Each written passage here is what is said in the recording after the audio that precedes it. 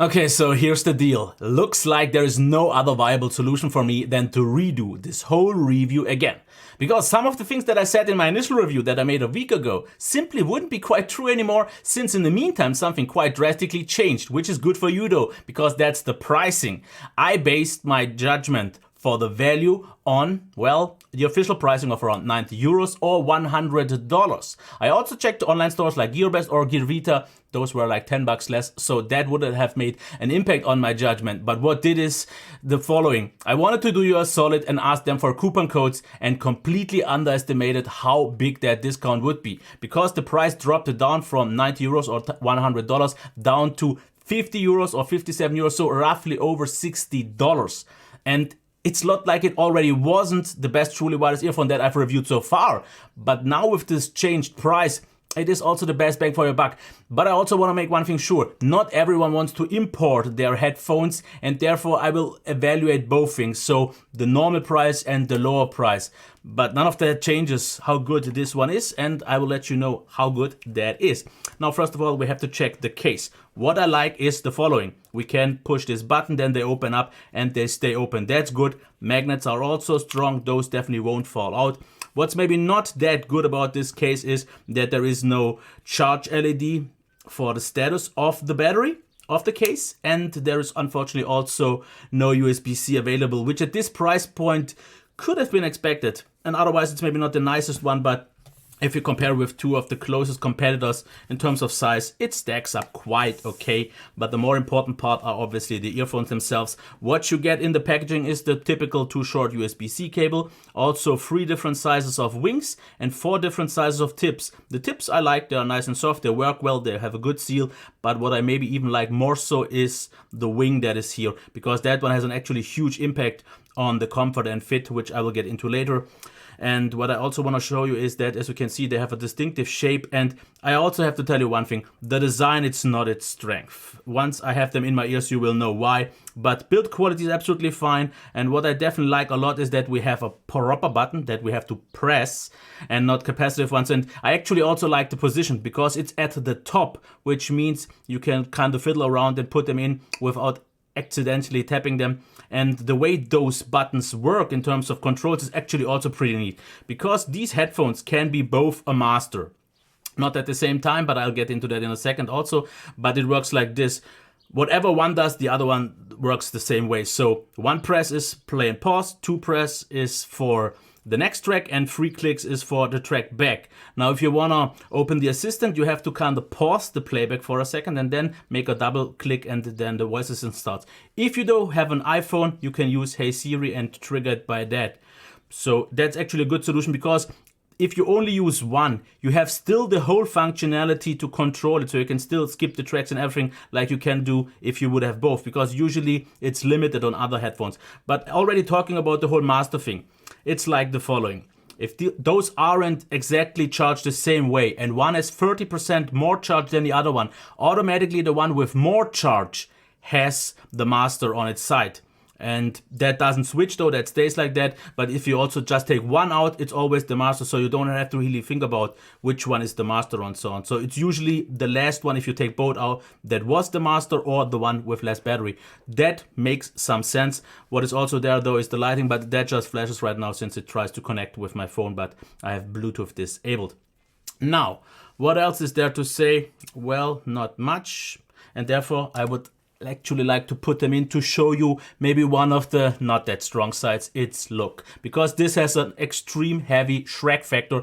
But I also have to tell you this, I'm okay with that compromise. It comes along with that comfort and especially that fit, because usually I said there's always a compromise. Either it's very comfortable but therefore maybe not as secure, but due to those wings, those won't ever fall out. That is good for people who make a lot of sports with them, but they are still also very comfortable, even though I have to mention one thing. Due to the distinctive shape, like I said, and due to the wings, they have a pretty distinctive way that you put them in. So you put them in, and then there is not much of wiggle room. Now, what I've noticed, for example, my right ear, which is less sensitive, I put them in, super comfortable. I can actually pretty much forget them. On the left side, though, due to the wing, they kind of push at one point at my ear, and they don't sit perfectly. It's still very comfortable. But for some people, maybe just keep that in mind. You don't have that space to wiggle around that you have with some other ones to get the perfect fit for you. But super secure fit and still a very good comfort. And about the isolation also as well, because they isolate, I would say, slightly above average, but in a very natural way, because I can still hear my voice, even though it's muffled, still quite good. So conversations with people are good. So it's not something that's too kind of claustrophobic or taking you out of the way. So that's definitely something I like. But on the lower end, like machinery and more like permanent noises, get filtered out pretty good. So I'm happy with that. Now let's talk about the controls and the powering and so on. I mean, I've already talked about how the buttons work, but let me talk about codecs now. Usually at the price point at roughly like 50 euros or less, you don't get aptX. These are a little bit more, but therefore they have aptX, and that just doesn't come along with better bit rates or better quality, but also with a pretty much non-perceivable lag. So that one was good. You can watch videos without any issues. The connection was also pretty quick once you put them in. They're usually already connected, and the connection was super strong. Now, the other thing is background noise or white noise. Not an issue at all. It was very low in volume.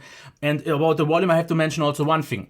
There is no volume control available here yet, but I talked to them and I guess maybe some other reviewers, and therefore they actually made the decision with an update to bring this to those earphones, even though it wasn't planned. And once it comes even with volume controls, I think in terms of controls, this is unbeatable, because I haven't seen something that has that convenient controls and volume control, especially with the button on the top, because I prefer this, because usually you always have to push the button and then press it into your ear, but here you have it on the bottom and then press it in, so it doesn't actually push it any further. So that's something I like. And since we were already talking about volume, it is loud enough, even for me, and I listen very loud with a little bit of a reserve at least. And about the battery life, now that's the thing.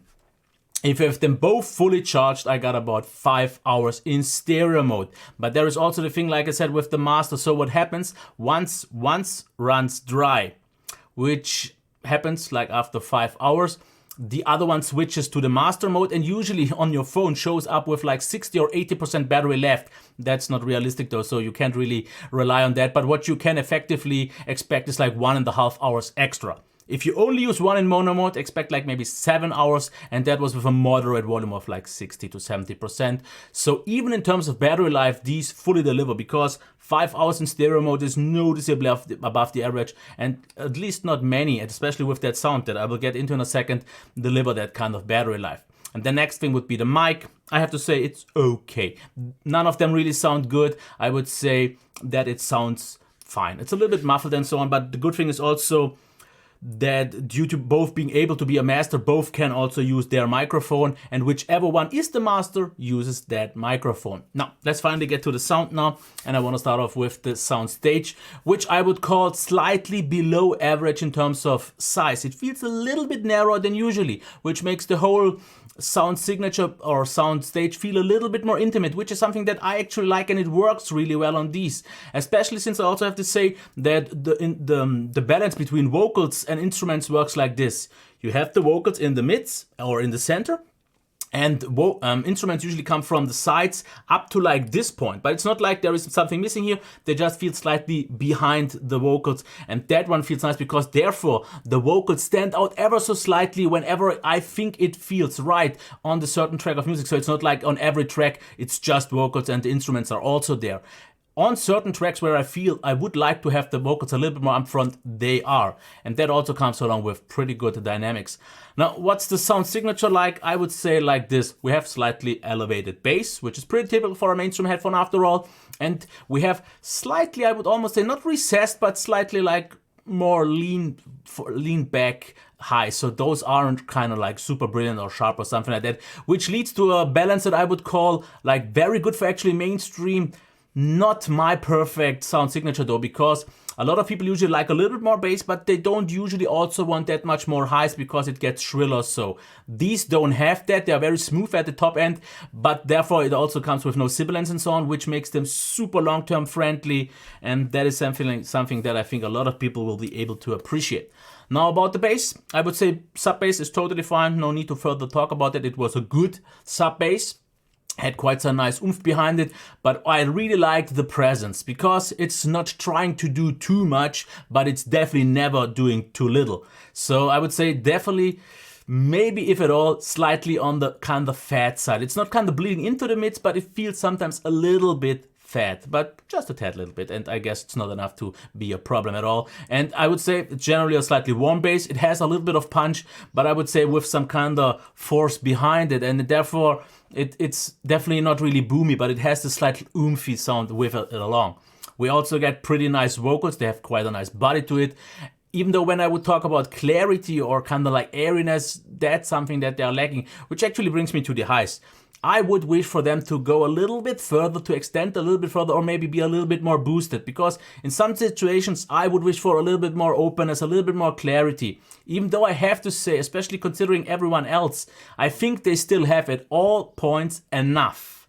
So that's not really an issue. We therefore have no sibilance, no kind of aggressive, too forceful sound, because I would actually say the sound is very much embracing you, and it integrates you very well, and it wants you to be there, but it's not like it's demanding too much of you or kind of fatiguing. None of that at all. But like I said, it's brilliance and airiness, kind of openness is not quite as much there, but the amount of details that you get for that not being such a prominent thing is actually still pretty good, which makes this, I would say, pretty much jack of all trades. Absolutely, and there has no extra wording with master of none to be there, because it pretty much handles everything very, very good. For example, metal works absolutely top, rock works especially great, pop music, and even bass heavy music. I mean, it's not the heaviest or most extreme bass if you want that, but it's a very well defined, high quality, top notch bass. Now, the only thing that I would say maybe not that particularly its strength is, for example, like ballads, because they're, unless they are like super pompous, like really spectacular, that's something that they can do. But if you want all the details and the clarity and so, that's maybe not quite what they are best for. But I guess usually you wouldn't expect a TWS to be just that. Now, let's talk about competition here, and I have to call out pretty much the only two that I have. The Sabbath E12, priced at roughly like 45 euros, maybe like $50, or the Soundcore Liberty that are like $80 or 100 euros. And I pretty much don't see anything else that I have that comes even close. Now, with the original pricing of around $100, 41 more, I would still call these the best bang for your buck, because they have a few advantages after all. Like, for example, they deliver like maybe 1.5 hours more battery life. They also look quite a bit more stylish in your ear, as you can see. If I put that in, or if I put these in, I mean, it's quite obvious which one looks nicer. We also have great controls here with volume controls already out of the box, so you don't really lose out on anything. Sound quality is a little bit different. It feels a little bit almost more balanced, but the sound isn't quite as clean, not as quite as high quality, but still a very good sound. We also get the better case, because that one has a battery charge status LED, actually 4 of them. It has USB-C and it has wireless charging, so you definitely get more out of these for still a little bit less money. But if I consider these to be like 50 euros or 60 euros or something like that with the reduced price, which isn't always a thing, I have to say does that, then I think these are better as a whole package, especially if sound and comfort and so on is a little bit, especially also the secure fit, is a little bit more important for you. The next one's the Soundcore. Well, if I put these in, it's pretty much a decision if you want to look like Shrek or if you want to look like an iPhone user. And that's not in a bad way. It's just a personal preference. But I have to say here, pretty much the same battery life. Controls I don't like here so much because of the capacitive way it works. Just not my preferred thing. What they offer though is a little bit more of a subtle comfort, because you don't feel them sometimes as much and you have a little bit of wiggle room. But maybe it's also better because here you don't have the wiggle room, you don't have to think about it. It always sits like it fits. And if those fit perfectly for you, they always fit without having to get around that. And what actually both don't offer compared to the one more is aptX. So that's just that. But here also you get the better case in my opinion. It's a little bit thinner, it's a little bit more sleek, and it has the 4 status LEDs. So that's that. Let's get to the pros and cons. Like I said, I just can't give this enough praise of how good and secure the fit is. For sporty people, this is definitely your #1 choice if you want something really good. And it's also still actually very, very comfortable. We get a very nice, even though I would say almost slightly unique sound with the slightly smaller soundstage and with mids being slightly more pushed forward, with highs not being actually that much of a thing. Then, due to the dual master system, a little more flexible use, and we have full control over everything on both of them, so you don't have any sacrifice on that. We get noticeably above average battery life, we get aptX, and we get a whole overall nice package. What's maybe not that great? Well, like I said, they don't maybe look that great. They stick out quite a lot. There is no flexible fit, so if it's not maybe all that comfortable for you, you can't really change that, so they are not super stylish. The case maybe isn't the very best one. It feels like a little bit of a beta product without the LEDs, without USB-C for that price. That would have been something that would have actually put it even more so to the top. And well, one con that I had here on my list was the price, or the value could have been better. That is still a thing if you consider the original price, because I know that a lot of people actually don't like to spend more like than 20, 30 bucks. But if you think about maybe like 100 bucks, then the direct competitor is the Soundcore. And I think overall, these are actually pretty close. I would choose these four because I pretty much get the same comfort, but a more secure fit, and I get better controls, same better life. I get aptX though, and a sound signature that I don't like quite as much as on the Soundcore, but a generally slightly better sound. But if you are looking for value, 40, 45 euros, this is still the thing here. But if we take the lower price, if you can get it with the coupon code, and I checked that it works at around 50 euros, I think this is not just the best that I had so far, which would have up to this point be the Soundcore Liberty Air. It's now the one more stylish, which I don't think is Stylish TWS, because at this price, I don't know any that has this kind of feature with the battery life, with the comfort, with this sound, and that battery life with aptX. So yeah, if you get it at your official price, then I think value could be better. If not, well, then, I mean, if you get it for a cheaper price, then there is pretty much nothing to think about. Now, so for who are these then? Well, I would say everyone who's actually willing to pay a little bit more to make less sacrifices, because you don't have to sacrifice like audio synchronicity or like the codec, better quality and so on, the comfort and fit and the battery life. You don't have those things. You pay a little bit more than you usually do at around 20 or 30 bucks, but you get noticeably something better, especially if you want to also use them more often and for a longer period of time. And for who are these not? Well, I would say for budget hunters who just wanted the best possible bang at the buck, but I would say that these actually still have that, besides maybe the super budget earphones out there, and maybe design freaks who just don't want to look like that. Like I said, I don't have an issue with that. So considering the value, I can just tell you this. If you usually don't want to pay that much, think about it and give it a try, because I don't think you will regret it. You will have just way more out of it. And if you look at it over a longer period of time, like if you use them for 1 or 2 years or so on, that little bit that you pay extra, man, you will be able to appreciate it day after day. Yeah, and that was it. Go check the links and the coupon codes down there below. I'm not quite sure how long they are working, but I checked them right before the review. They do. You can use either Gear Vita or Gear Best, whatever you prefer. And yeah, if you liked it, thumbs up. Until next time, bye.